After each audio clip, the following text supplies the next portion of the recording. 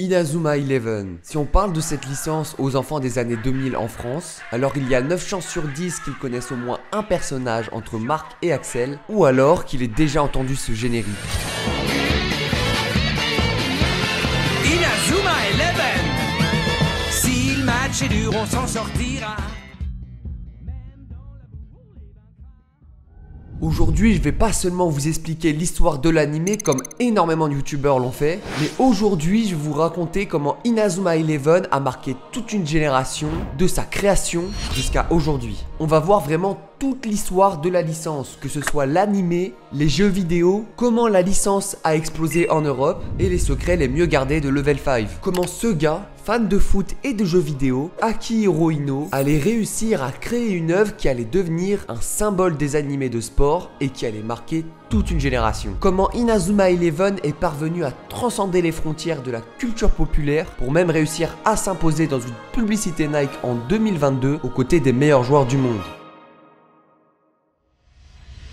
Tout commence un samedi 20 juillet 1968, quelque part au Japon dans la préfecture de Fukuoka, plus précisément à Omuta, où va naître un jeune garçon, Akihiro Ino. Ino aime les jeux vidéo depuis sa tendre enfance. À l'âge de 12 ans, on lui achète son premier PC pour Noël. Il découvre notamment un jeu vidéo nommé Wizard Eye qui sort en 1980. Ce jeu sur ordinateur va passionner Ino et va en même temps lui faire découvrir le monde de la programmation. On va un petit peu avancer dans le temps jusqu'en 1988 où Ino va découvrir le jeu Dragon Quest 3, un jeu qui va énormément le fasciner. Et c'est ainsi que Ino commence à nourrir une véritable passion pour le métier de développeur et également les jeux vidéo en général. Donc là, à cette période, il commence vraiment à devenir bon dans son domaine. Il faut savoir qu'à l'époque, ce qui intéressait Ino, c'était les jeux vidéo sur ordinateur. C'était un peu un nerd, oui. On peut le dire. Mais bref, après plusieurs années à plonger dans l'univers du jeu vidéo, c'est devenu clair pour lui. Il veut travailler dans le domaine et en faire son métier. Après avoir fini ses études, il fait ses débuts dans l'entreprise System Soft. Mais Ino n'était toujours pas heureux. Ce qu'il voulait, lui, c'était créer ses propres jeux. C'est alors, au bout de seulement 4 petits mois, que Ino déposa sa démission. Il entre alors chez le studio River Soft, créé en 1982, où il va travailler plusieurs années. En 1996, il travaille alors en tant que programmateur sur le premier Overblood, puis sur Overblood 2 en 1998. Et sur ce projet, Ino est multifonction. Il est alors scénariste, designer et directeur. Il commençait à avoir des rôles assez importants dans la réalisation d'un jeu vidéo. Pourtant, contre toute attente, Akihiro Ino en a marre. C'est décidé, il veut travailler et développer ses propres jeux. C'est alors en 1988 qu'il décide de fonder sa propre entreprise de création de jeux vidéo, connue sous le nom de Level 5. Aujourd'hui, Level 5 compte environ 280 employés, mais à l'époque de sa création, elle n'en comptait que 9. On peut voir que le studio a bien évolué au fil des années. En effet, Ino est un homme ambitieux qui travaille dur pour atteindre ses objectifs. La persévérance et l'acharnement sont ses maîtres mots. Il veut réussir et va réussir à développer assez rapidement son entreprise, qui aujourd'hui s'est fait un nom dans le domaine du jeu vidéo. Mais on n'en est pas encore là. À cette époque, en l'an 2000, l'entreprise fait ses débuts sur PS2, avec Dark Cloud et Dark Chronicle, la suite de ce dernier en 2002. Par la suite, Level 5 va réussir à sortir pas mal de jeux vidéo à succès, comme en 2004 avec Dragon Quest, l'Odyssée du Roi Maudit. Ino venait alors de réaliser l'un de ses rêves les plus chers, celui de travailler avec Yuji Horii, le créateur du jeu de son enfance. En même temps, la popularité du studio Level 5 commençait à augmenter énormément. Mais comme je vous l'ai dit, Ino est un homme ambitieux, et il ne va clairement pas s'arrêter là. C'est en 2006, dans un taxi à Fukuoka, que Ino eut une révélation. Inazuma Eleven. Ino venait de trouver le nom d'un futur jeu vidéo de foot qui venait d'exclamer à voix haute. Son ami dans le même taxi lui répondit « Hein, mais de quoi tu parles ?» Et Ino répète alors « Je viens d'avoir une idée. Inazuma Eleven. Pour toi, ça sonne bien ?» Inazuma Eleven, tu dis ? Oui, Inazuma Eleven. Bien sûr. Ça a l'air amusant. Étant un grand fan de Captain Tsubasa, Ino avait envie de développer une licence autour du football, un sport qu'il a toujours aimé. Il a donc commencé à écrire l'histoire d'Inazuma Eleven dans l'objectif à la base que ça devienne un jeu vidéo. Car oui, n'oublions pas, à la base, le but de Level 5 c'est quand même de créer des jeux vidéo. Bon, c'est bien, maintenant il a eu l'idée, il est en train de réfléchir sur le projet, mais un projet ça se fait pas tout seul, il faut construire une équipe. Alors maintenant, comment Ino a réussi à convaincre Takehiro Fuji, le futur directeur des jeux Inazuma Eleven, de l'accompagner dans ce projet. Au début, faut savoir que Fuji, il était pas trop emballé à l'idée du projet. Créer un jeu de foot qui passionnera tous les enfants du Japon, ouais bof, il fallait que Ino développe un peu plus son idée pour que Takehiro accepte. Pour le convaincre, Ino lui présenta 2 défis qu'il souhaitait relever en créant Inazuma Eleven. Premier objectif, surpasser Captain Tsubasa.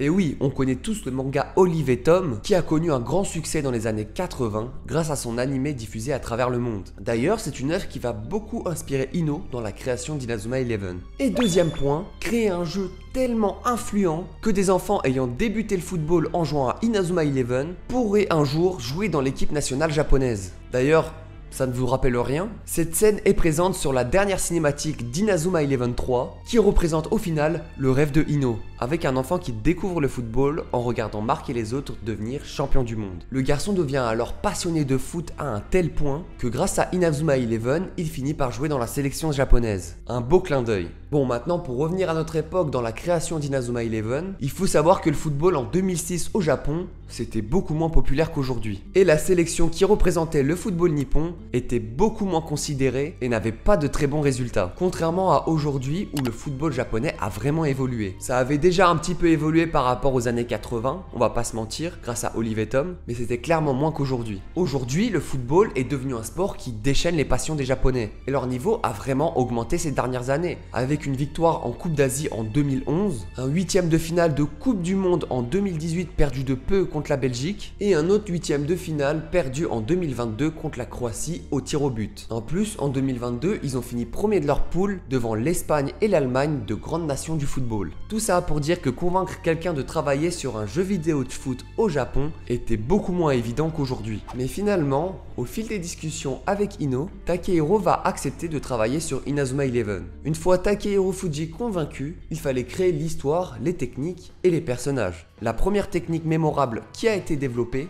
est le trampoline du tonnerre, nous explique Naofumi Taraoka, le designer des techniques des jeux. Il précisa au début que c'était compliqué de créer à peine 10 techniques. Puis, au moment de la série DS, on en comptait déjà plus de 350, ce qui est quand même déjà pas mal. Et maintenant, pour finir la partie sur le design, une dernière question qu'on s'est tous posée. Comment les joueurs d'Inazuma Eleven sont-ils créés? Comment Level 5 arrive à avoir autant d'inspiration pour créer autant de personnages incroyables? Dans une interview, Takuzo Nagano, le designer des persos, nous explique les étapes. Au tout début, c'est le personnage principal de l'équipe qui est dessiné. Ensuite, il réfléchit au type de coéquipier qui conviendrait le mieux à ce personnage et comment trouver un équilibre entre les personnages impressionnants et ceux qui le seront un peu moins, tout en ayant chacun leur propre individualité. Honnêtement, ça n'a pas l'air d'être une tâche facile. Si le nombre de personnages est élevé, ça peut prendre beaucoup de temps pour les sélectionner, car il doit créer plusieurs modèles et croquis avant de faire sa sélection finale qu'il devra envoyer et faire valider par Ino, qui aura souvent le dernier mot. Pour créer le design de marque, Nagano a tout d'abord imaginé un héros avec une coupe de cheveux spéciale et unique, conçu en fonction d'un visage rond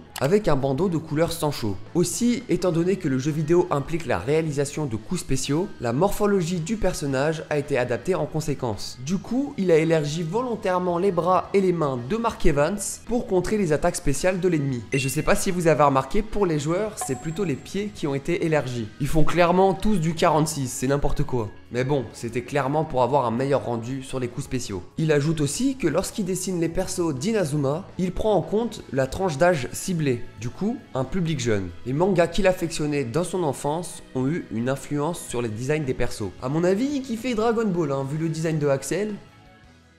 Bon, maintenant qu'on a vu comment Inazuma Eleven a été créé et comment Ino a convaincu son équipe de l'accompagner sur le projet, on va voir la présentation d'Inazuma au grand public et comment les Japonais l'ont accueilli. Mais juste avant, je dois vous parler de quelque chose. C'est en 2007, un an avant le début du projet, que Ino a eu une idée innovante qui voyait progressivement le jour. Ça consistait à déplacer les joueurs dans le gameplay en traçant des lignes grâce au stylet de la DS. C'était risqué et totalement nouveau, mais c'était un pari à tenter, car le principe principe s'adapte totalement à la console populaire des enfants, la Nintendo DS. C'est donc le 29 août 2007, lors du tout premier Level 5 Vision, que Inazuma Eleven fut présenté au grand public pour la première fois. On pouvait y découvrir le tout premier trailer du jeu, avec un gameplay et des graphismes différents que celui qu'on connaît actuellement. Pendant ce Level 5 Vision, Ino eut une brillante idée. En attendant le jeu final et pour faire patienter le public, Level 5 a distribué des cartouches spéciales contenant une démo du jeu. Ça permettait à la fois pour son équipe d'avoir de vrais retours d'expérience et surtout de montrer quelque chose de concret aux japonais. Les cartouches s'appellent la Beta Silver Premium et ensuite viendra la Beta Gold Premium distribuée en 2008. Du coup, sur ces cartouches, il y avait juste le premier chapitre d'Inazuma Eleven de dispo, qui s'arrête juste après le premier match contre la Royale, que vous pouvez gagner d'ailleurs.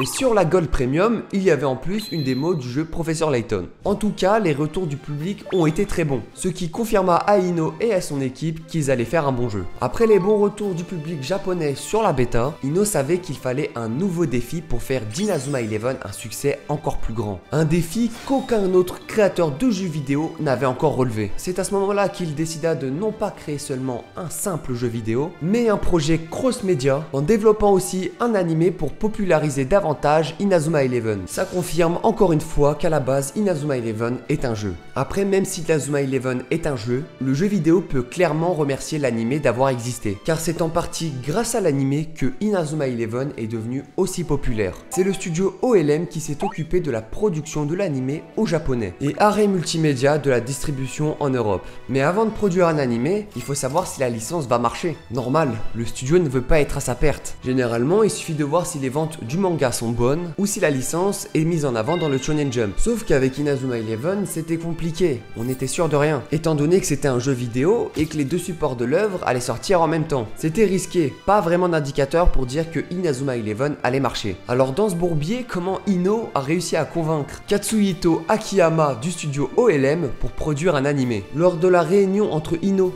et les dirigeants du studio OLM, le directeur en chef de l'animé a été touché par les mots d'Ino quand il lui a présenté le personnage de Mark, un capitaine qui n'abandonne jamais, toujours positif et digne de confiance. Ces paroles inspirent non seulement ses camarades, mais aussi les enfants qui le regardent. Akiyama a toujours trouvé que les protagonistes d'animés récents étaient des élèves assez ennuyeux. C'est pour ça qu'il a beaucoup aimé le personnage de Mark Evans et a suivi sans hésitation Ino pour faire un animé. Je pense que Katsuhito a vraiment aimé le côté shonen de Mark et il savait que ça plairait aux enfants. Il a sûrement vu en Inazuma un gros potentiel, un peu à la Captain Tsubasa de l'époque. Avec l'essor du football japonais depuis ce dernier, il s'est sûrement dit que Inazuma Eleven ne pouvait pas échouer. Bon, maintenant on est parti, la production de l'animé va pouvoir commencer entre le studio Level 5 et OLM. Au début, l'objectif principal d'Ino était de rendre l'animé fidèle au jeu. Il voulait absolument que les deux soient identiques, notamment au niveau des décors et du design des personnages. Katsuhito Akiyama lui a précisé qu'entre un jeu et un animé, tout ne pouvait pas être identique. Cependant, Ino, il voulait quand même essayer. Il était borné, le petit. Il lui a demandé de bien lire l'intégralité du scénario d'Inazuma Eleven 1, qui était encore en cours de production à ce moment-là, avant de commencer à travailler sur l'animé. Et c'est à partir de là que les problèmes ont commencé. Il faut savoir que l'animé et le jeu étaient produits en même temps. Donc Ino devait gérer les deux simultanément, ce qui était le début des problèmes. Certains personnages étaient exclusifs au jeu et d'autres à l'animé. Les techniques utilisables dans le jeu étaient différentes de celles de l'animé. Et le jeu commençait à ressembler à une imitation Wish de sa version animée. C'est à partir de ce moment-là que Ino comprit son erreur et déclara « Le jeu et l'animé ne sont pas des imitations. Je veux que les enfants soient à la fois passionnés par le jeu et par l'animé. Par conséquent, je refuse que des personnages ou des techniques ne figurant pas dans le jeu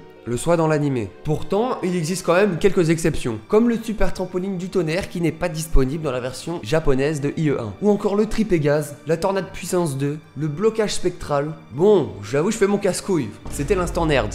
On peut reprendre. Aussi, parfois, le jeu a été modifié pour coller à l'animé, plutôt que l'inverse. Comme par exemple les personnages, les dialogues, ou même encore les techniques. D'ailleurs, il est arrivé qu'après une réunion sur le scénario de l'animé, Ino contacte monsieur Naofumi, le créateur des techniques, pour lui demander de concevoir une nouvelle technique spécifique. Cette démarche consistait à enrichir le scénario de l'animé et à faciliter son avancement. Bon, c'était une facilité scénaristique en gros. En résumé, avec Inazuma Eleven, Ino a cherché à harmoniser la vision du monde entre les jeux vidéo et l'animé, visant à susciter la même passion chez les enfants pour l'animé, mais aussi pour le jeu. Maintenant, comment se déroulaient les réunions et l'écriture des épisodes de l'animé? Pour l'écriture des épisodes de l'animé, Atsuhiro Tomioka, le compositeur et le scénariste en chef de la série, examinait attentivement l'œuvre originale de Ino. Puis il la modifiait en rajoutant des épisodes, car le jeu manquait de contenu pour la durée de l'animé. Et ensuite, il ajustait le tout avec les autres scénaristes. Habituellement, il divisait les épisodes en sections de 5. Chaque section correspondait à 5 semaines, un mois. Bien que parfois, il devait séparer un épisode en 2 parties. Dans ce cas-là, une personne prenait en charge les 2 parties. En moyenne, le scénario était écrit et réédité 4 fois au cours de cette période de 5 semaines. Akihiko Inari s'occupait souvent des épisodes de match. Pour lui, c'était les plus faciles à écrire. C'était des réunions qui duraient environ la moitié de la journée, et parfois même pendant 10 heures. Ils appelaient ça les réunions superdimensionnelles. Il faut savoir que pendant cette période, Ino effectuait des allers-retours hebdomadaires entre Fukuoka, le studio de Level 5, et Tokyo, le studio d'OLM. Et n'oubliez pas qu'en parallèle, il travaillait également sur les jeux Professor Layton. Ainsi, petit à petit, la fatigue de Ino commençait à atteindre son prime. Mais il ne voulait vraiment rien lâcher et participait à toutes les réunions scénaristiques d'Inazuma Eleven. Une vraie machine. Bon, en parlant de scénario, pourquoi y a-t-il autant d'accidents de voiture dans Inazuma Eleven? C'est vrai que c'est quand même une dinguerie qu'il y ait autant d'accidents de voiture. En fait, lorsque Ino réfléchissait au scénario d'Inazuma Eleven, il regardait beaucoup de K-dramas comportant des accidents de la route, ce qui l'a fortement influencé dans l'écriture du scénario. Du coup, quand il réfléchissait à l'histoire d'un personnage, il se disait « Ah, ça doit sûrement être à cause d'un accident de la route. La sœur d'Axel, bon, si elle est dans le coma... » Accident de la route, accident de la route. C'était en quelque sorte sa manière de sensibiliser les gens au danger de la route. Bon, et du coup, qui a choisi le nom des super techniques? Sachez que pour les super techniques, c'est Ino qui choisissait celles qui étaient dans l'intrigue principale, tandis que la direction des techniques était responsable de choisir les autres, toutes celles créées exclusivement pour le jeu par exemple. Bon, voilà ce qui est maintenant pour la création d'Inazuma Eleven. Maintenant, on va voir la suite. L'arrivée au grand public, la meilleure partie. Nous y sommes, le 22 août 2008. Un jour à marquer dans les livres d'histoire. Après plus de 2 ans de dev, c'est la date de sortie d'Inazuma Eleven 1 au Japon, sur la non moins prestigieuse Nintendo DS. Les Japonais découvrent alors l'histoire de Mark Evans, un gardien de foot qui rêve de participer au tournoi Football Frontier, qui inclut les équipes de foot des différents collèges du pays. Mais il a un problème, son équipe, qui s'appelle Raymond, ne compte que 7 joueurs, et il va devoir en recruter d'autres car le tournoi approche. Va-t-il y arriver? Est-ce que les Raymond vont aller au bout et battre la prestigieuse Royal Academy qui gagne le tournoi depuis plus de 40 ans? Lors de la première semaine du lancement du jeu, petit flop, il y a nettement moins de ventes que prévu. L'équipe de production était fatiguée et peu confiante pour la suite. Ils discutaient même des efforts que Ino avait déployés pour Inazuma. Ah, vous le savez, c'est toujours quand ça va pas que les reproches ils commencent à arriver. Sauf que Ino, il est pas bête. Il voyait bien que certains de ses collaborateurs commençaient à douter de son jeu. Pour leur prouver que Inazuma Eleven allait être un succès, Ino leur proposa de sortir dehors. Il les emmène alors dans un salon de jeux vidéo. On va savoir pourquoi. Soudain, Ino pointa du doigt un jeune japonais en train de découvrir Inazuma Eleven. Après avoir vu ça, Ino répéta à son équipe « Je vous l'avais dit, Inazuma Eleven va faire un carton. Soyez plus confiants. » Let me cook. On va pas se mentir, les ventes du jeu ont décollé grâce à la popularité de l'animé. L'animé, quant à lui, arrivera un mois plus tard, diffusé en octobre 2008 sur la chaîne TV Tokyo. Et comme Ino l'avait prédit, il va bien booster les ventes du jeu. Le jeu et l'animé ayant le même univers, les enfants anticipaient donc le scénario. Et ceux qui avaient découvert Inazuma Eleven en jouant au jeu pouvait spoil l'animé aux autres. En 2008, des discussions de collégiens au Japon, ça pouvait ressembler à ça. T'as regardé Inazuma Eleven à la télé hier ou... Axel Blaze, il est trop cool, tu trouves pas? Tu savais que l'entraîneur Winter Sea était un espion de la Royal Academy? Comment tu sais ça, toi? Bah, parce que je joue au jeu. Au jeu? Ne jamais sous-estimer le bouche à oreille. Et c'est comme ça que grâce à l'animé notamment, que plus de 400 000 exemplaires du jeu furent vendus, dépassant ainsi l'objectif. Après la sortie du jeu, Ino précisa quelque chose d'important pour ceux qui se demandaient quel était le support original. Et ça, retenez-le bien, peu importe lequel est l'original, le jeu comme l'animé, constituent tous les deux Inazuma Eleven. Oui, même si à l'origine cela devait être uniquement un jeu, le fait est là. Inazuma Eleven est devenu également un animé, grâce au cross-média. Et les deux ont été produits simultanément. D'ailleurs, sachez que le manga Inazuma Eleven était déjà en cours de publication avant la date de sortie des jeux. Le manga Inazuma Eleven, dessiné par Tenya Yabuno, est publié au Japon à partir de juin 2008, dans le magazine Korokoro Comics, soit 2 mois avant l'arrivée du jeu vidéo. Aussi, petit fun fact sur Ino que j'ai trouvé marrant, plus le temps passait, plus son entourage remarquait qu'il ressemblait à Mark Evans, que ce soit dans ses paroles ou ses actes. Comme quoi, Mark l'a matrixé fixé lui aussi. Après que Mark soit devenu numéro 1 du Japon, Ino ne souhaitait pas enchaîner directement avec un arc mondial. Il pensait que ça ne serait pas captivant de simplement chercher les représentants du Japon. Il voulait que l'histoire implique une bataille contre un puissant ennemi inconnu. A l'origine, Inazuma Eleven devait se terminer avec 26 épisodes. Et l'arc Alius a été écrit en tant que scénario caché pour IE1. Mais il a été décidé de l'étendre et plus tard c'est devenu une histoire complète. Du coup, avant de clôturer l'œuvre avec l'arc mondial, il a été décidé de chercher les futurs représentants du Japon tout en affrontant des extraterrestres. Et c'est comme ça que la saison 2 d'Inazuma Eleven est née. Avec comme objectif, former l'équipe la plus forte en voyageant à travers le Japon. Oui, car après avoir été vainqueur du football frontière, Mark et ses coéquipiers n'ont pas eu de répit. Parce que soudainement, des extraterrestres débarquent et fracassent le collège Raymond. Ils utilisent le football comme arme de destruction et sont déterminés à ravager le pays. Les Raymond vont devoir réunir la meilleure équipe possible pour affronter l'Académie Alius. L'avenir du pays en dépend. Bon, voilà en gros le synopsis de la saison. Suite à cette idée, plusieurs membres du studio d'animation ont regardé Ino en mode: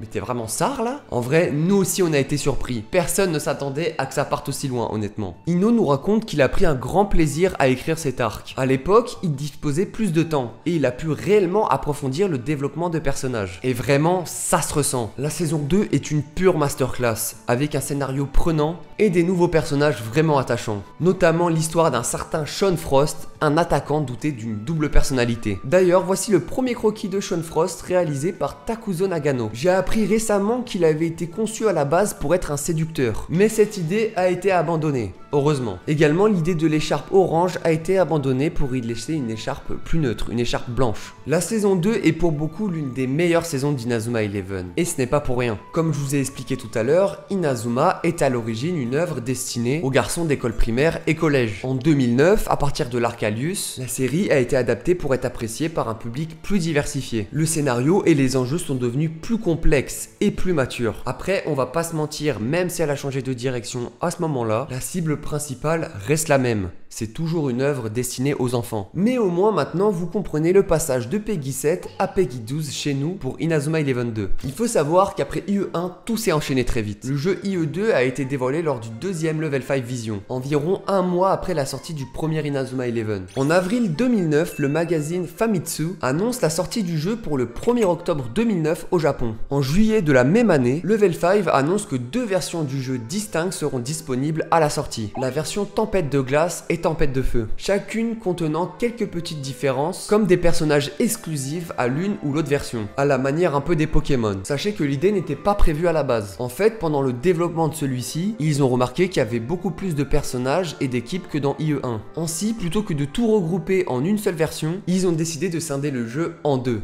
versions distinctes, en ajoutant des éléments exclusifs à chaque version. Ino ajoute que ça permettait de créer une expérience unique. Les joueurs pourront ainsi s'échanger des personnages, des objets et débloquer de nouvelles équipes exclusives en connectant les deux jeux. C'est aussi pour vendre plus de jeux par la même occasion, hein. Bon, ça il vous l'a pas dit, ça c'est moi qui vous le dis. Un mois plus tard que l'annonce des deux versions, lors du 3e Level 5 Vision, on apprend que le célèbre footballeur japonais Hidetoshi Nakata sera modélisé dans le jeu en tant que personnage spécial et qu'on pourra le recruter dans son équipe. Attendu comme jamais, le 8 avril 2009 débarque la saison 2 de l'anime et le 1er octobre 2009 sort le jeu Inazuma Eleven 2 au Japon. Ça peut paraître bizarre que le jeu sorte quelques mois après la diffusion du début de la saison 2 et pas en même temps. Mais en réalité, c'est logique. Avec un épisode de la saison 2 diffusé par semaine au Japon, la série Inazuma Eleven 2 s'est terminée le 27 janvier 2010. Au moment de la sortie du jeu en octobre 2009, on était au plein cœur de la saison et la hype sur l'anime était très grande. Quelques jours avant la sortie du jeu, le 30 septembre 2009, est diffusé l'épisode 52, Jouer avec le feu, l'un des meilleurs épisodes de la série, puisque c'est le fameux épisode légendaire avec le grand retour d'Axel Blaze. Je pense que ce n'est pas un hasard si cet épisode a été diffusé ce jour-là. C'est un très bon timing que Level 5 et surtout OLM avaient calculé. Avec une com, un jeu et un animé d'une telle qualité comme support, la communauté de fans s'élargit de plus en plus. Et Inazuma Eleven commençait petit à petit à s'installer au Japon. Le jeu se vend super bien et atteint pour la première fois la barre symbolique des 1 million d'exemplaires vendus en hiver 2009 au Japon. Inazuma Eleven 2 a même remporté le prix de l'excellence au Japan Game Award en 2010. Tout roule pour Level 5. On arrive maintenant à l'âge d'or de la licence. Pour parler chiffres et vous donner une idée de l'augmentation de la popularité d'IE, voici le nombre de ventes des jeux de la première semaine après leur date de sortie au Japon. On peut voir que IE2 a fait un démarrage 6 fois plus important que IE1. Et le démarrage d'IE3 va même quasiment doubler par rapport à ce dernier. D'ailleurs, en parlant d'Inazuma Eleven 3, on arrive début 2010, l'apogée de la licence. Inazuma Eleven est enfin devenu viral au Japon. Et il y a énormément d'attentes pour le troisième opus. Inazuma Eleven 3 raconte l'histoire de Inazuma Japon au FFI. La Coupe du Monde. Le héros Mark Evans et ses amis, ainsi que la plupart des meilleurs joueurs qu'on avait vus dans les 2 premières saisons, sont convoqués pour faire partie d'Inazuma Japon. Ça ne sera pas simple, les matchs vont s'intensifier et de nombreuses autres sélections leur feront obstacle dans la quête du titre mondial. Le jeu et l'animé sortiront en même temps que la Coupe du Monde 2010. On se rend pas compte, mais c'est une véritable aubaine pour Ino et son équipe. En fait, pour cette saison, Ino voulait produire encore plus d'épisodes pour que la date de la cérémonie d'ouverture de la Coupe du Monde le 11 juin 2010 coïncide avec celle du FFI dans l'animé. Et spoiler, ils ont réussi. L'épisode 85, lorsqu'ils arrivent à Lyokot, a été diffusé le 9 juin 2010. Et pour ne pas décevoir, il fallait d'abord ne surtout pas rater la sélection des membres d'Inazuma Japon. Ino a déclaré que c'était vraiment un casse-tête jusqu'au dernier moment pour choisir les joueurs d'Inazuma Japon. Il fallait choisir des personnages puissants mais aussi attachants. Il fallait absolument trouver un équilibre. Ino savait que sa sélection ne satisferait pas tout le monde. C'était une lutte constante entre la popularité et la puissance. Les scénaristes se demandaient constamment quel personnage ils allaient développer ensuite. Tomioka, un scénariste de l'équipe, surnommait constamment Inazuma Japon Ikemen 11. En gros, ça veut dire le 11 des BG. Car oui, il y a vraiment beaucoup de personnages populaires dans l'équipe, et chacun d'entre eux semble avoir un rôle central ou important à jouer, comme s'ils étaient tous des personnages principaux. Ino a pris en considération l'équilibre entre les membres de Raymond et d'autres candidats afin de former une sélection cohérente et équilibrée. Parmi les joueurs qui étaient dans la shortlist pour faire partie d'Inazuma Japon, il y avait Shadow. Sachez aussi que parmi les personnages qui n'étaient pas prévus, au contraire, pour faire partie de la sélection, il y avait Caleb. Il n'était pas dans la shortlist des candidats. Si on doit Caleb dans la sélection, c'est grâce à une femme du staff de production qui a insisté sur le fait que Caleb devait absolument être inclus. Il y a également d'autres membres du staff qui lui ont demandé de l'inclure car il était ultra populaire. Maintenant, une question que vous vous êtes sûrement demandé. Pourquoi Todd est dans la sélection? Une personne a posé la question sur Twitter à Ino. D'après vous, quelle est sa réponse? Parce qu'il n'y avait pas assez de défenseurs? Parce que Todd a du flow? Parce que Ino adore les personnes de petite taille? Ou parce que Todd incarne l'essence d'Inazuma Eleven? Bravo à tous ceux qui ont pris la réponse D. En gros, c'est parce qu'il incarne vraiment l'essence d'Inazuma Eleven. Sans Jack et lui, l'équipe aurait été composée principalement de personnages très cool, ce qui aurait rendu difficile l'équilibre des discussions. Je résume, en gros c'est pour le scénario. Et peut-être aussi car Todd est un des personnages préférés de Ino. Petit fun fact que j'ai trouvé sur la sélection, je vous le montre là, mais voici le prototype du premier maillot d'Inazuma Japon. Je sais que ça va intéresser 3 personnes, mais bon voilà, je voulais vous le partager. D'ailleurs aussi une autre anecdote intéressante sur la saison 3, sachez que la mort de Redark n'était pas prévue, du moins au début. Elle est venue du côté de l'animé en premier, suggéré par le scénariste Yamada Kenichi. Yamada a expliqué que faire mourir Redark était nécessaire, et que c'était crucial pour préserver son image en tant que source du mal. Il a souligné également que cette décision était essentielle pour le développement dramatique de l'histoire. Ino a par la suite contacté l'équipe de production du jeu et leur a demandé de faire mourir Redark. Tomioka, le compositeur de la série, du coup nous raconte que l'équipe de dev a poussé littéralement un cri en entendant cela, parce qu'ils étaient à la fois choqués et surtout parce qu'il restait très peu de temps avant la date de sortie du jeu. À partir de ce moment-là, ils ont réfléchi à la manière la plus efficace de faire mourir Redark. Et devinez quoi pour changer? Un accident de la route. Waouh, franchement on est tous surpris, on est vraiment tous surpris je crois. En plus tout ça pour qu'il revienne dans Galaxy. J'en parlerai de son retour flopesque un jour. C'est vraiment honteux. Bref, une fois le scénario d'IE3 posé, il faut penser à la conception des nouveaux jeux, avec encore une fois 2 versions. C'est donc le 1er juillet 2010 que sort Inazuma Eleven 3 Foudre Céleste et Feu Explosif au Japon. Les jeux et la série ont connu un succès phénoménal. IE3 s'est vendu à plus de 550 000 exemplaires en une seule semaine, et plus de 1,2 million d'exemplaires au total. La même année, le 16 décembre 2010, sortira la version Ogre, qui aura un succès plus modeste avec 175 000 exemplaires vendus en une semaine. La version Ogre est juste une version version complémentaire des jeux Foudre Céleste et Feu Explosif. En gros, le jeu garde l'histoire de base du mondial et rajoute quelques nouveautés. Un peu à la manière de Pokémon Emerald ou Pokémon Platine. En fait, ce qu'il faut savoir, c'est que ce jeu a été publié comme support pour un film. Étonnamment, le film Tous unis contre l'équipe Ogre est sorti le 23 décembre 2010, quelques jours après la sortie du jeu. D'ailleurs, vous savez que le scénario du film aurait pu être totalement différent parce que Ino a écrit le synopsis lorsqu'il était en voyage d'affaires à l'étranger. Sauf qu'il a oublié son ordinateur à l'aéroport au retour. Bon, heureusement, il a pu le récupérer en toute sécurité avec toutes les données du film. Sacré Ino quand même, hein. Sinon, juste au niveau des récompenses, il faut bien vous dire que la saison 3 va tout rafler. En 2011, la série se voit décerner le premier prix à l'Anime Grand Prix, organisé par le magazine Animage, classant 8 de ses épisodes parmi les 20 meilleurs de l'année 2010, 4 de ses personnages masculins parmi les 10 meilleurs de l'année, 2 de ses personnages féminins parmi les 10 meilleurs, et enfin 5 de ses chansons génériques parmi les 10 meilleurs de l'année. Une récompense de fou, honnêtement. Ino avait enfin eu toute la reconnaissance pour son œuvre. Mais maintenant, qu'allait-il faire pour la suite? Après être devenu champion du Japon, avoir affronté des extraterrestres et remporté la Coupe du Monde, Level 5 et Ino ont estimé qu'il n'y aurait pas d'événement plus intéressant pour Marc et ses amis. Donc RIP Marc au lycée. 3 ans après la sortie du premier jeu, ils ont décidé que c'était le bon moment pour conclure la première série et proposer une nouvelle histoire. Et c'est ainsi, le 4 mai 2011, que la série Inazuma Eleven Go, toujours animée par le studio OLM et produite par Level 5, vit le jour. Lorsque Ino était en train d'écrire le scénario, il envisageait que ça serait bien de situer l'histoire 10 ans plus tard. Et il a pensé que ça serait quand même intéressant d'incorporer Marc et les anciens dans l'histoire. Ino avoue que le rythme de Hyogo et les anciennes saisons n'ont rien à voir. En fait, dans Inazuma Eleven, ils ont créé les histoires en mettant l'accent sur de nouveaux personnages et de nouvelles écoles qui apparaissent successivement. Tandis que dans Go, ils explorent plus en profondeur et plus longuement les problèmes en interne de l'équipe. Avec Inazuma Eleven Go, Ino voulait vraiment apporter une dimension différente à Inazuma, que ce soit dans la réalisation ou dans l'histoire. Et c'est réussi, car à mon sens, Inazuma Eleven Go est une excellente saison. Pour vous pitcher le synopsis vite fait, ça se passe 10 ans plus tard après la victoire d'Inazuma Japon à la Coupe du Monde. Arion Sherwin, jeune passionné de football, entre dans l'école de ses rêves, le collège Raymond, afin d'intégrer son prestigieux club de foot. Mais à son arrivée, le club est loin d'être comme il l'imaginait. Il se fait attaquer par Victor Blade, un impérial envoyé par le 5e secteur, organisme visant à répartir les victoires et les défaites équitablement, et donc à détruire le football authentique. Avec ses amis, Arion commence une révolution visant à rétablir le football d'avant, celui de Mark Evans.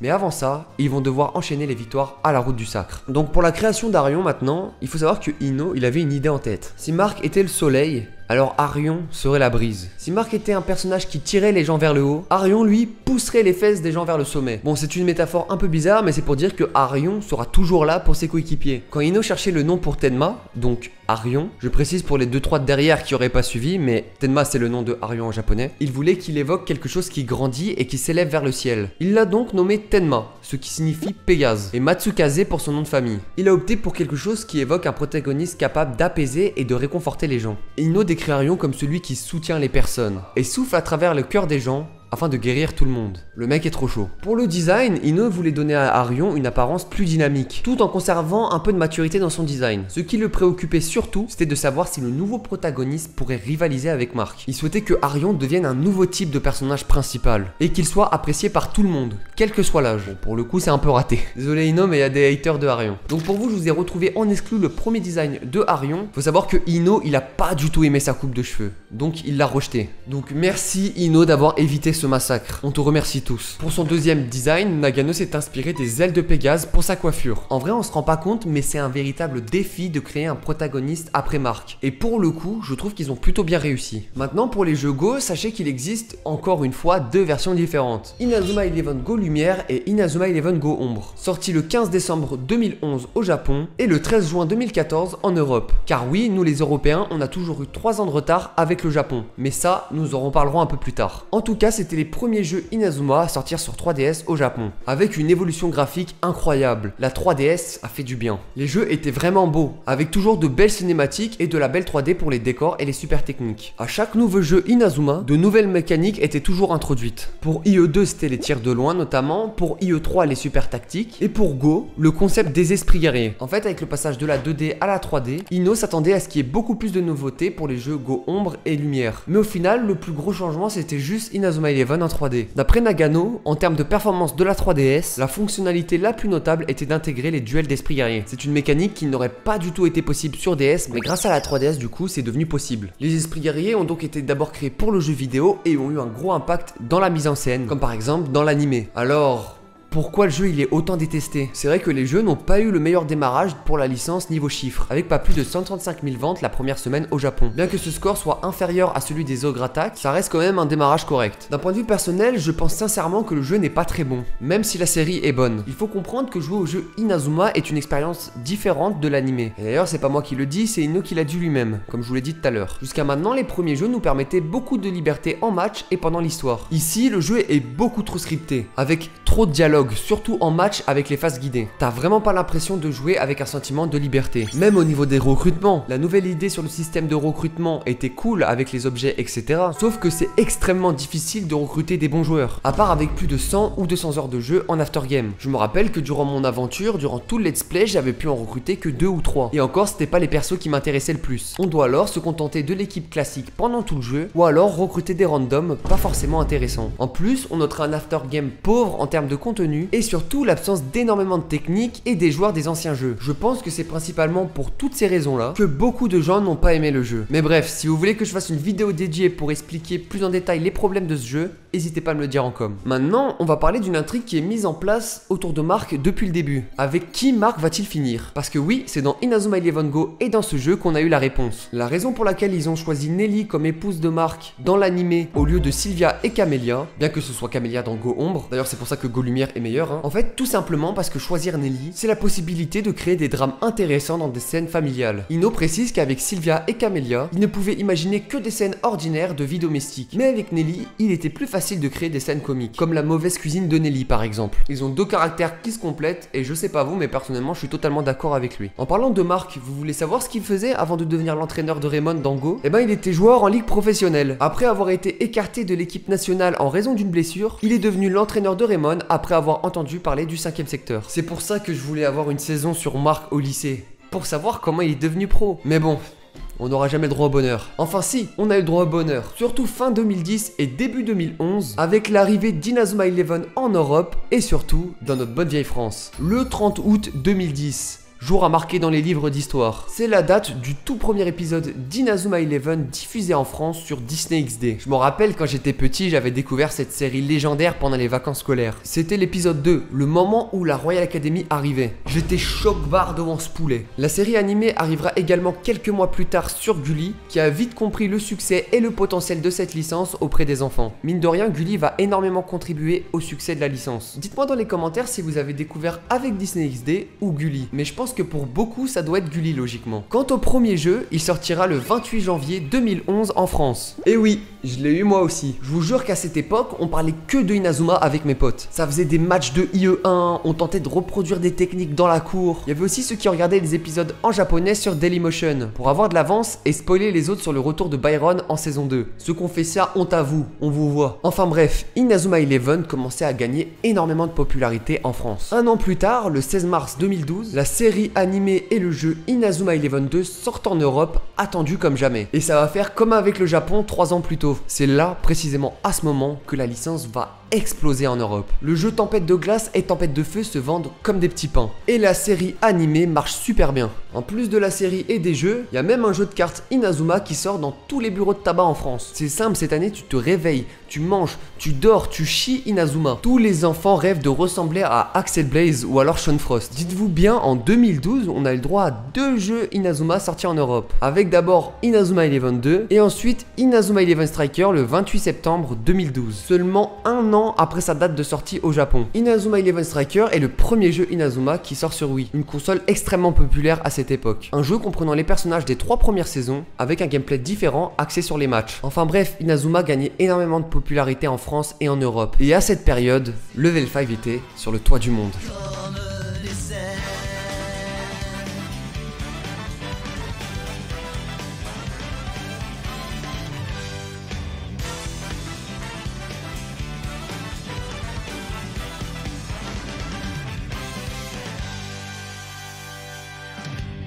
L'année d'après, le 27 septembre 2013, arrivent les jeux Inazuma Eleven 3 en Europe, sur Nintendo 3DS cette fois-ci. Environ un an et demi après la sortie du deuxième opus en France, il était très attendu par les fans. Moi je me rappelle à l'époque, c'est le jeu que j'attendais le plus. J'étais vraiment comme un fou quand il est sorti. C'est le jeu qui avait le mieux marché au Japon, et il marchera également super bien en Europe, même si légèrement moins bien qu'Inazuma Eleven 2. Seulement 5 mois plus tard, le 14 février 2014, sort Inazuma Eleven 3 Les Ogres Attack. Et oui, personnellement, je l'ai acheté aussi. Et pour finir, c'est le 13 juin 2014 que nous les Européens aurons le droit au jeu Inazuma Eleven Go. Dites-vous, à cette même période, les Japonais étaient déjà en train de jouer à Inazuma Eleven Go Galaxy. Juste pour vous dire à quel point on a toujours été en retard par rapport aux Japonais. Pour revenir au Japon, le 13 décembre 2012, quand nous on était encore sur Inazuma Eleven 2, et ben là-bas c'est Inazuma Eleven Go Chronostone qui sort. Un jeu que vous êtes énormément nombreux à apprécier et qui est pour moi l'un des meilleurs jeux de la licence. L'histoire se situe après Inazuma Eleven Go, 3 mois après la victoire de Raymond à la route du sacre. Arion Sherwin a enseigné temporairement le football à des jeunes enfants dans une école. Mais à présent, il doit retourner à Raymond. Dès son arrivée, il remarque que l'école a changé. Il n'y a plus aucune trace du football club de Raymond. Et quand celui-ci rencontre les autres membres de son équipe, ils ne le reconnaissent pas. Ils semblent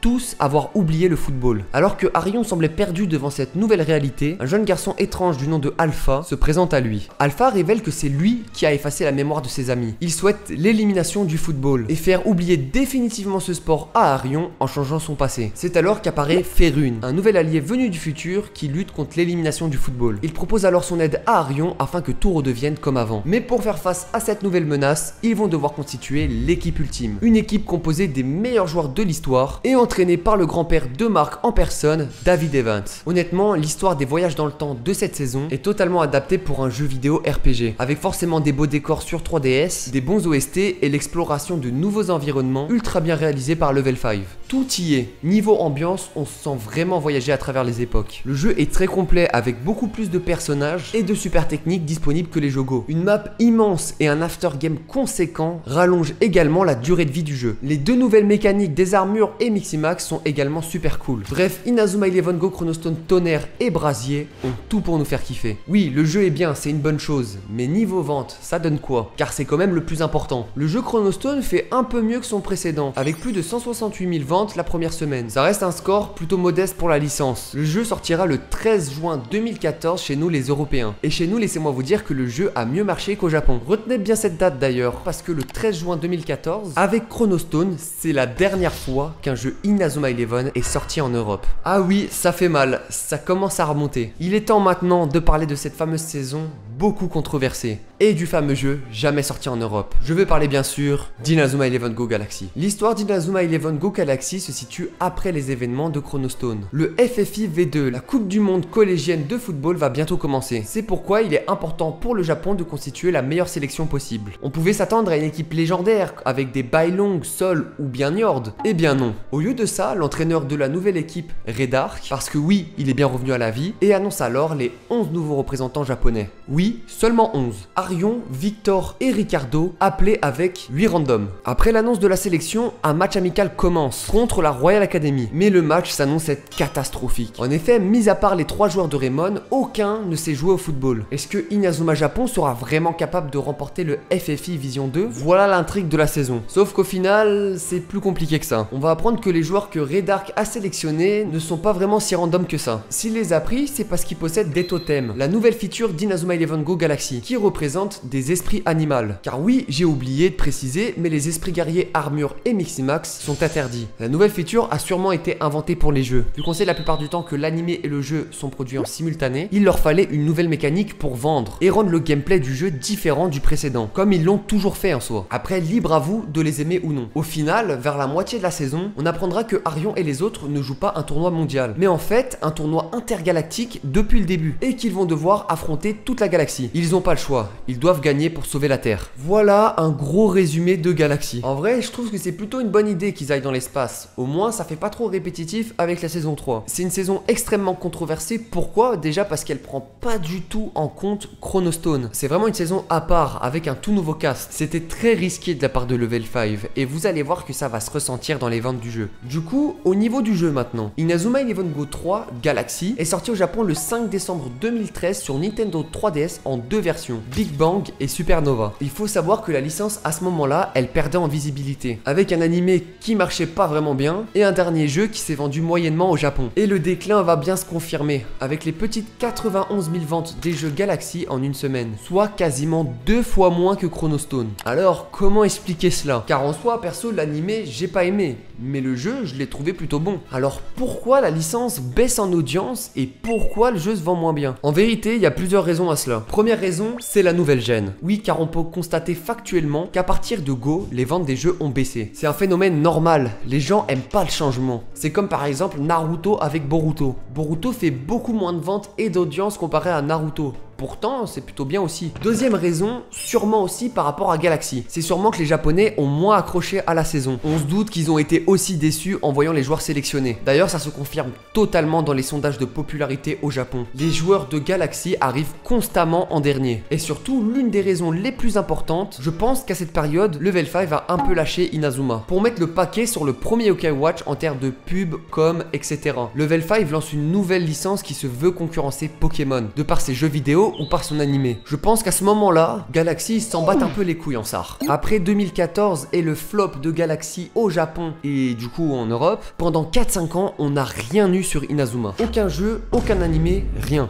Je pense vraiment qu'ils ont voulu se focus sur Yokai Watch en priorité, qui marchait super bien à l'époque. Sauf qu'au final, ils se sont un peu fait baiser. Yokai Watch a énormément marché au Japon, mais un peu moins bien en Europe. Bon, il va y avoir toujours avoir les 2-3 personnes qui vont me dire si, ça a super bien marché. Non, clairement, en termes de vente, on est bien loin derrière le Japon. Et en termes de popularité aussi. Ils voulaient s'exporter en Europe et tout casser, sauf que nous, les Européens, on a dit non. On a Pokémon et ça nous suffit. Pour revenir à Inazuma, l'anime Galaxy sera diffusé à partir de septembre 2015 en France. Mais au final, le jeu ne sortira même pas chez nous les Européens. Mais alors pourquoi? Simplement parce que Level 5 a eu des problèmes de droit d'auteur avec une entreprise allemande, MSC Technology, une entreprise qui crée des composants électroniques. En fait, ils se sont opposés à la date de sortie du jeu et ont attaqué en justice Level 5 pour avoir repris le mot Galaxy dans leur nom. Oui, vous ne rêvez pas. Le problème, c'est que MSC Technology venait de sortir quelques semaines auparavant un ordinateur qui s'appelait Galaxy. Et ça les faisait chier qu'un jeu vidéo de foot reprenne le même mot dans leur nom. Sérieux, comparer un ordi et un jeu vidéo de foot, faut vraiment être une merde, c'est pas possible. Parce qu'il y a plein de jeux et de marques qui sortent avec le mot Galaxy, comme le jeu Mario Galaxy par exemple. Vraiment, Level 5, les pauvres, il fallait que ça tombe sur eux. Enfin bref, pendant plusieurs années, les deux parties ont tenté de se mettre d'accord et le procès a duré des années, empêchant la sortie du jeu en Europe. Au final, en août 2018, soit 3 ans plus tard, on apprendra que Level 5 a remporté la bataille juridique et que MSC Technology ont finalement retiré leur opposition. C'est bien MSC Technology, merci d'avoir compris que vous étiez des belles merdes. Sauf que maintenant, à cause de vous, c'est trop tard. Le jeu ne sortira jamais en Europe. Ça avait fait pas mal de bruit sur Twitter à l'époque, je m'en rappelle, et les gens parlaient enfin d'une potentielle sortie du jeu. Bon, on va pas se mentir, fallait vraiment être optimiste ou très naïf pour s'attendre à une sortie du jeu en 2018. Dans une interview, Akihiro Ino explique que sortir un jeu en Europe est assez complexe. Déjà, il faut attendre la diffusion de l'animé en simultané dans tous les pays, ce qui n'était plus le cas en 2018. L'animé était diffusé en 2015, je rappelle. Finaliser le manga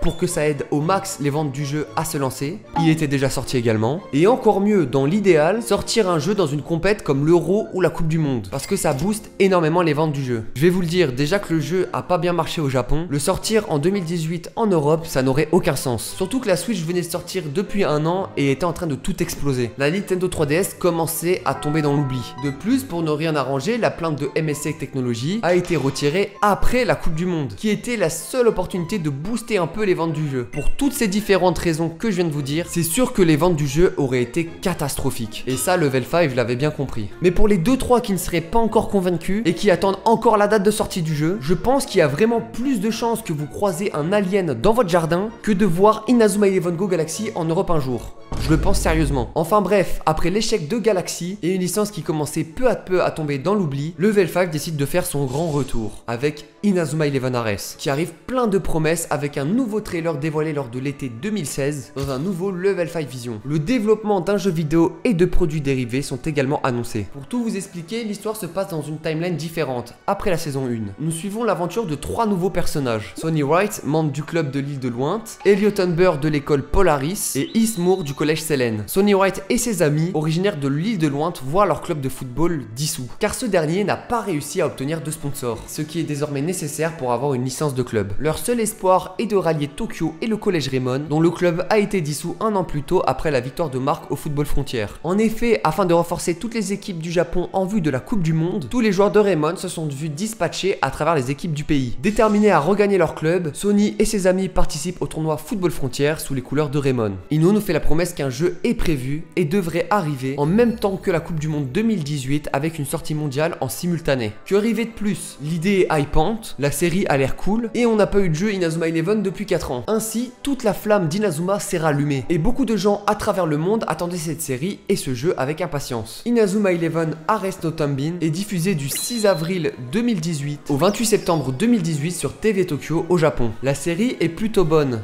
mais va diviser à cause de l'équipe principale et quelques matchs au scénario douteux. Mais au final, elle va surtout rassembler les fans. La série sera diffusée en VF sur Canal J à partir du 5 janvier 2019. Mais les fans, surtout ce qu'ils attendaient, c'était avec impatience le jeu vidéo. Enfin...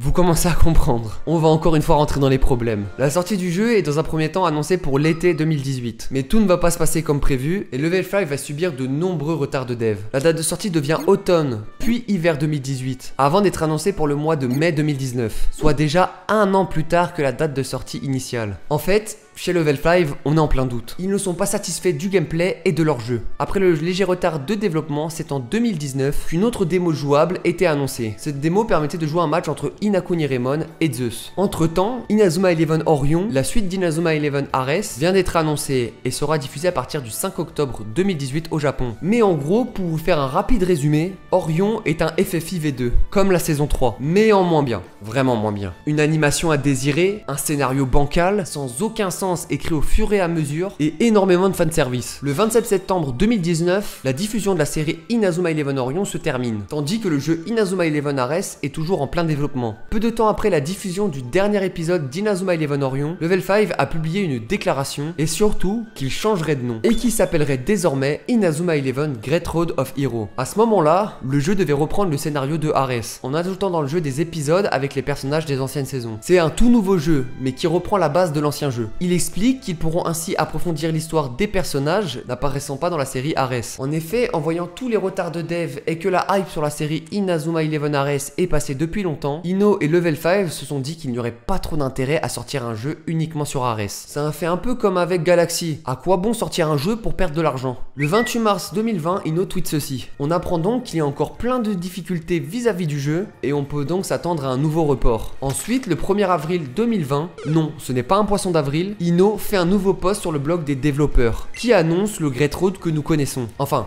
qu'on connaissait. Le jeu a donc subi 2 reboots et non pas un comme la plupart des gens le pensent. Un projet totalement nouveau de A à Z, ne reprenant pas simplement l'histoire d'Ares, mais une toute nouvelle histoire avec les personnages des anciens jeux. Après cette annonce, c'était sûr, Inazuma Eleven Ares ne verra jamais le jour. Il nous révèle le synopsis de ce nouveau jeu, avec Umeisa Sanami en tant que protagoniste. Ino nous en dit plus sur l'histoire. Elle reprend le scénario de la première saison d'Inazuma avec le premier Football Frontières. Ino annonce également la présence des 3 protagonistes d'Inazuma Eleven et donc la venue de joueurs de toutes les saisons. Il annonce également que le jeu sera parfois à choix multiples et que ces choix pourront avoir une incidence sur le jeu. Enfin bref, on est sur une période de doute pour Level 5, qui galère avec le développement du prochain jeu. Avec tous ces reports et ces nouveaux reboots, Ino arrête pas de s'excuser auprès des fans, qui commencent à s'impatienter. On arrive presque à la fin, mais une mauvaise nouvelle tombe le 20 septembre 2020. Great Road passe au second plan, et Yokai Watch Y est maintenant la priorité de Level 5. C'est pas étonnant, ils étaient en galère de thunes et ils ont besoin d'argent. Yokai Watch reste quand même une de leurs fortes licences, donc ils ont préféré se focus dessus afin d'aider le financement du prochain jeu Inazuma. Mais pour nous les fans, il faudra encore être patient. Je me rappelle comment les gens gueulaient à l'époque, c'était...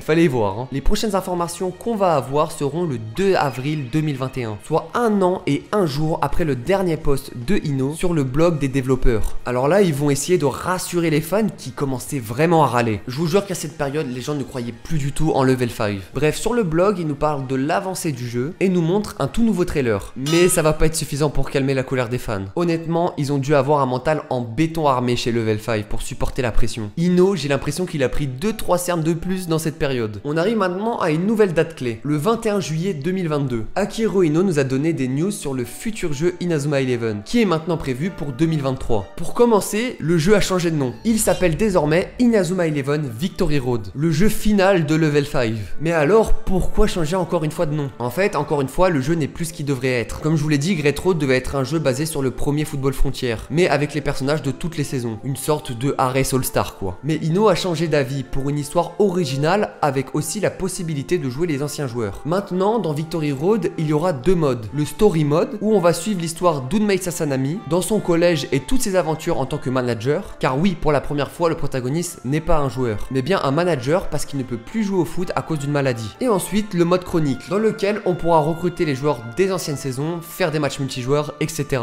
Durant toute l'année 2022 et début 2023, Level 5 vont cook le jeu et nous donnent quelques nouvelles sur le blog des développeurs. On arrive en 2023 maintenant, avec un nouveau Level 5 Vision attendu comme jamais. Les fans d'Inazuma voulaient vraiment des infos conséquentes pour une fois. Et honnêtement, ils vont très bien manger. En termes de news, on a rarement aussi bien mangé avec Level 5 que ce jour-là. Devant ce Level 5 Vision, on nous annonce d'abord que c'est Mappa qui s'occupera des cinématiques du jeu. Donc, des cinématiques insane. Car Mappa, c'est quand même Jujutsu Kaisen, Chainsaw Man, l'Attaque des Titans ou encore Goblin School. On découvre également un nouveau trailer du jeu avec des cinématiques incroyablement belles réalisées par Mappa. Les graphismes et le gameplay du mode histoire ont vraiment l'air quali aussi. Ensuite, pour le mode chronique, on a eu une énorme surprise. On nous annonce 4500 personnages disponibles, ce qui est tout simplement énorme. Et pour finir, Endo Haru, un génie du football, le fils du grand Mark Evans. Et on nous dit qu'il apparaîtra dans l'histoire. Pour le contenu du blog, on va découvrir que le jeu se passera 25 ans plus tard, après le premier Inazuma Eleven, dans une nouvelle timeline. Ce choix a été fait afin de créer une histoire entièrement nouvelle, sans se soucier des jeux précédents. Enfin, des vraies bonnes nouvelles pour les fans, qui avaient pour la première fois un vrai aperçu du jeu avec de belles avancées. Tout commençait à sentir bon. Au Japon, en octobre 2023, les fans ont pu avoir la chance de tester en avant-première la bêta du jeu lors du Tokyo Game Show, ce qui permettait aux fans de pouvoir enfin tester le jeu après tant d'années et surtout à Level 5 de le peaufiner afin de le rendre encore mieux. En novembre 2023, un nouveau Level 5 Vision est organisé. On pensait tous qu'on allait enfin avoir la date de sortie du jeu, qui de base devait être fin 2023. Mais c'est alors qu'on va se prendre la plus grosse clim de l'histoire d'Inazuma. Au lieu d'avoir la date de sortie du jeu, on va juste avoir la date de sortie de la bêta qui est annoncée en sortie mondiale simultanée pour mars 2024. Et quant à la date finale de sortie du jeu, eh ben on n'en sait toujours rien. La bêta mondiale va bien sortir le 28 mars 2024 sur Nintendo Switch et va faire plus d'1 million de téléchargements. Une nouvelle extrêmement rassurante pour Level 5. Ça leur montre que la commu Inazuma est toujours présente et que les gens attendent leur prochain jeu. Par contre, ce qui est un peu moins rassurant en revanche, c'est le retour des fans sur les bugs de la bêta. En effet, il y avait énormément de bugs sur le mode online et un gameplay pas assez convaincant pour les fans, qui demandaient beaucoup de changements et d'améliorations. Bon, après c'est qu'une bêta, vous allez me dire, c'est normal, c'est fait pour ça. La bêta était vraiment une très bonne idée et ça leur servira à peaufiner le jeu final le mieux possible, car ils le savent, ils n'ont pas le droit à l'erreur avec ce jeu. Selon Akihiro Ino, ce jeu sera, je cite, le meilleur jeu de la licence Inazuma Eleven. Depuis le temps que Ino nous hype avec ça, Victory Road,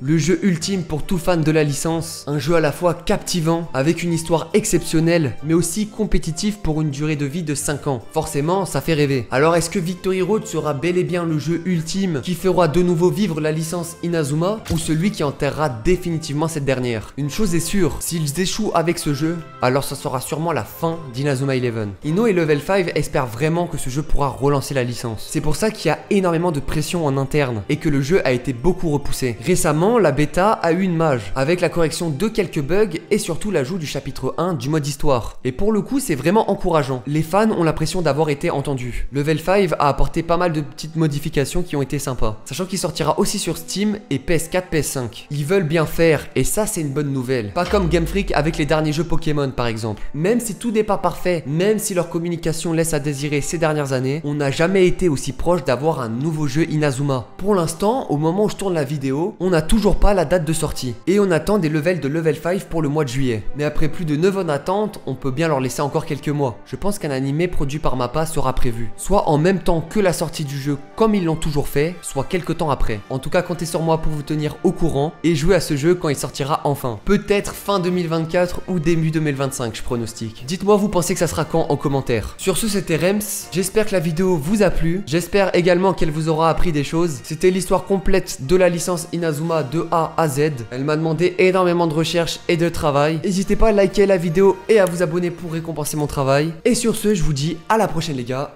Ciao.